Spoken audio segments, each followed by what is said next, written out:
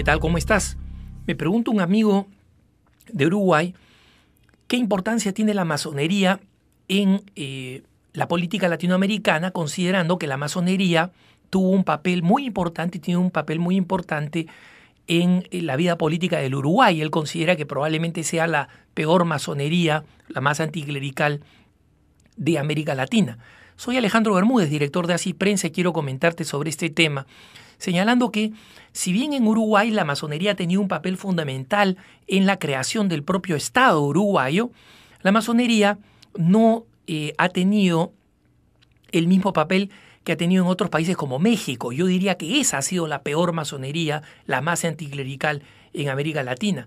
Un poquito de historia.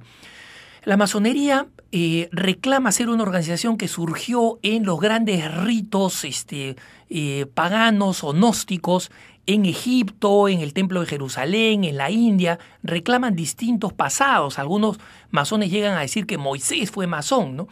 En realidad la masonería es la degeneración o la corrupción de las grandes sociedades secretas de los constructores de las catedrales góticas, que guardaban el secreto profesional de cómo construir estas increíbles catedrales, estas construcciones góticas, y tenían distintos rangos, ¿no?, de aprendices, de miembros y de grandes maestros y grandes maestros, y esa misma estructura se conservó.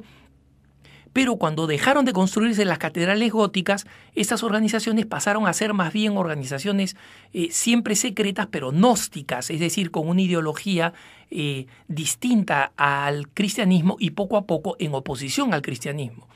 Algunos señalan que la masonería se funda alrededor de 1717 en Inglaterra, ¿no? Y estas organizaciones, como se sabe, vienen precisamente de la tradición de los antiguos albañiles que tenían estas organizaciones secretas. Eran católicos, pero guardaban el secreto de la construcción de las catedrales, ¿no? Justamente el nombre franc-maçon o masón significa albañil en francés, mason en inglés significa albañil también. En español no se utilizó el nombre albañil para describir al masón, sino que se utilizó el término afrancesado o en inglés de masón, ¿no? Entonces, ese es el origen de la masonería y va adquiriendo un contenido cada vez más anticlerical en Inglaterra a raíz de el apoyo que daban al Estado anglicano en contra de los católicos, y en Francia por la influencia de la Revolución Francesa profundamente anticatólica.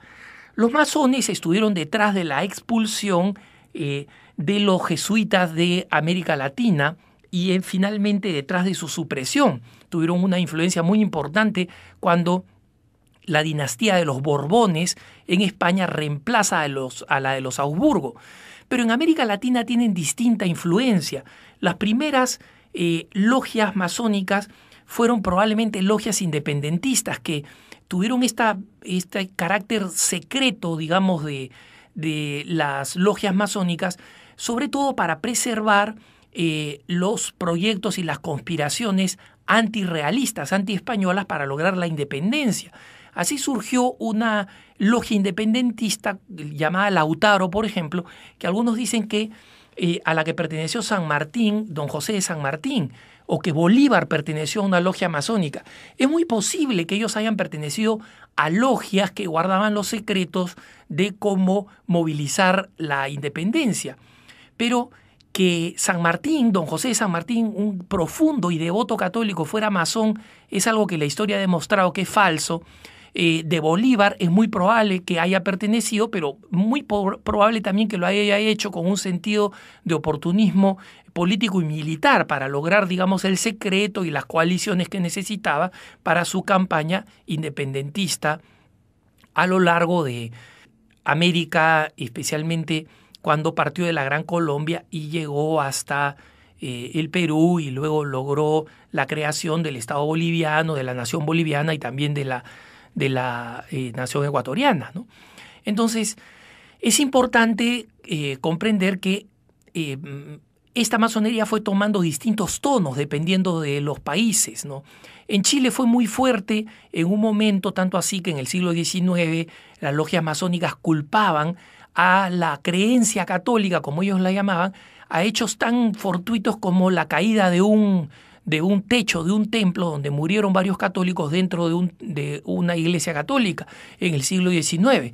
La masonería decía que si es que no se creyeran en esas sandeces como es el catolicismo, esa gente no hubiera muerto. En Uruguay tuvo una influencia muy fuerte la masonería francesa en determinar una legislación profundamente anticlerical al punto de generar el país que hoy conocemos de Uruguay con el índice más bajo de católicos y con unas leyes que todavía son profundamente anticuadas. Pero en México los masones llegaron a la sangre en la persecución a los católicos y por consecuencia la peor masonería en América Latina en términos de anticlericalismo fue y ha sido y probablemente sigue siendo la mexicana. No hay que recordar que entre los 20 y los 30, durante más de una década, de manera intermitente, la masonería fue la que provocó la guerra cristera tratando de suprimir radicalmente las iglesias, que se cerraran los templos, que la iglesia católica dejara de existir en México. Así de radical. Obviamente hubo un gran levantamiento católico que propició la guerra cristera y que le costó a México tantísimos mártires como los que existen actualmente y como los que están todavía en proceso de beatificación.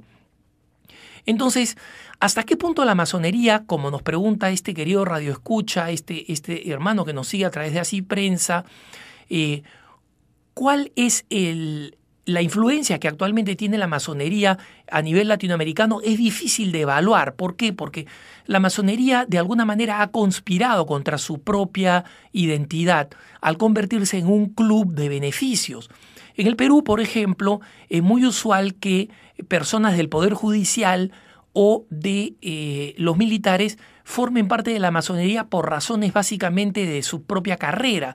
Existe la leyenda o la realidad de que es más fácil progresar dentro del Poder Judicial o prosperar dentro de la jerarquía militar si es que se es masón. Entonces, las personas no tienen propiamente una ideología anticatólica, participan de la masonería por razones de beneficio personal. Sin embargo, es importante constatar que la ideología masónica, por más que los masones digan que no existe contradicción entre la masonería y cualquier otra religión, incluyendo la católica, sí tiene una serie de principios que la hacen, digamos, ideológicamente anticatólicas. En primer lugar, tienen una ideología gnóstica, es decir, ellos creen en una divinidad que no interviene en la historia, a Dios le llaman el gran arquitecto del universo, y que simplemente ha diseñado el mundo y lo ha dejado en manos de los hombres, y que no interviene a través de la gracia. Los sacramentos no importan, lo que importa es este conocimiento secreto que ellos tienen y que hace que llamen a los masones los iniciados y que llamen a los que no somos masones profanos, ¿no? Entonces, esta ideología es una ideología que ya había denunciado la Iglesia a través de varios documentos. En el anterior Código de Derecho Canónico se decía específicamente que los católicos que formaban parte de la masonería estaban excomulgados. El nuevo Código de Derecho Canónico señala que a un católico le está prohibido formar parte de organizaciones secretas que conspiran contra la Iglesia. Muchas organizaciones masónicas ablandadas, digamos, señalaron entonces que ahora sí se puede ser católico y masón, porque la Iglesia solo prohíbe la pertenencia a aquellas organizaciones que conspiran contra la Iglesia, y mientras las organizaciones masónicas de algunos países no conspiran contra la Iglesia, los católicos pueden ser masones. La Congregación para la Doctrina de la Fe aclaró que esta interpretación que hacen los masones no es correcta, que se sigue aplicando lo que decía el Código de Derecho anterior, que un católico no puede formar parte de la masonería a su riesgo de la excomunión. Y en consecuencia, esta ley sigue aplicándose. Un católico no puede ser masón porque la ideología masónica sigue siendo una ideología anticristiana, y muchas organizaciones masónicas, la masonería en México, por ejemplo, la masonería recientemente en Chile, se pronunció en contra de las enseñanzas de la Iglesia Católica a través de comunicados públicos. Es decir, cada tanto salen a la luz y se manifiestan en contra de la Iglesia Católica. Y entonces es importante comprender que sigue existiendo esta visión contra la Iglesia Católica, de la cual los católicos tenemos que estar enterados. No se puede ser católico y masón, esa ley sigue existiendo en la Iglesia. Que tengas un buen día.